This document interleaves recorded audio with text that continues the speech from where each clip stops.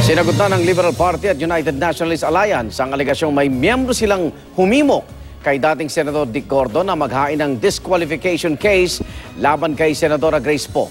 Nagpetisyon naman si LP Standard Bearer Mar Rojas na ideklarang nuisance candidate ang kanyang katukayo. Saksi si Joseph Morong.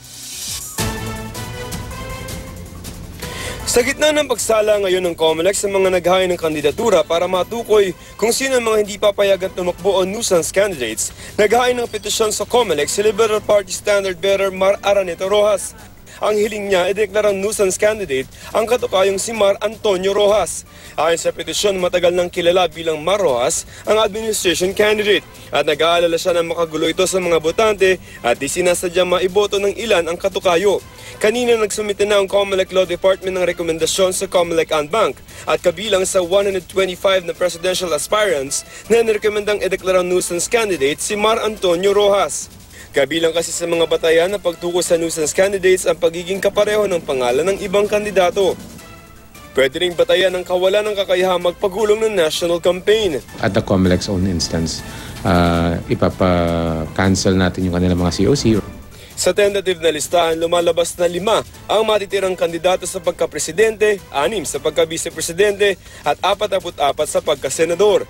Ipinatawag na rin ng COMELEC si Senadora Grace Poe kaugnay sa election offense case na inihain ni Rosalito David ukol sa kandidatura niya noong 2013 senatorial elections. Yan ay para makapagpaliwanag daw si Poe. Hiwalay pa yan sa disqualification case na isinampa ni David laban kay Poe sa Senate Electoral Tribunal na kumikwestiyon sa citizenship ng senadora. Hiniling na ng kampo ni Poe sa SCT na i-extend hanggang November 5 ang deadline na pagsusumite ng resulta ng kanyang DNA test. Hindi pa raw kasi tapos ang proseso. Ang resulta ng DNA test ay gustong gamitin ng kampo ni Poe para mapatunayang natural-born Filipino siya.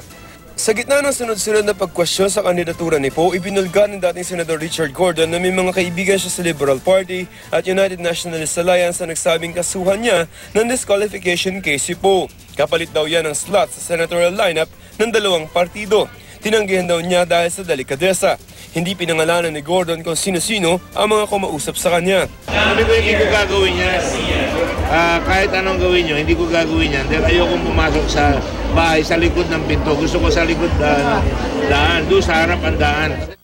Sabi ng una, hindi raw nila ugali ang gumamit ng maraming paraan para magpangat lamang ng ratings. Ayon naman kay Rojas ng LP, sabihin ko sino itong tao na ito para maimbestigahan namin. Kung kinakailangan na maparusahan namin, di paparusahan. Kung kinakailangan na patalsigin namin sa partido, ay yun din po ang gagawin. Ako si Joseph Morong, ang inyong saksi.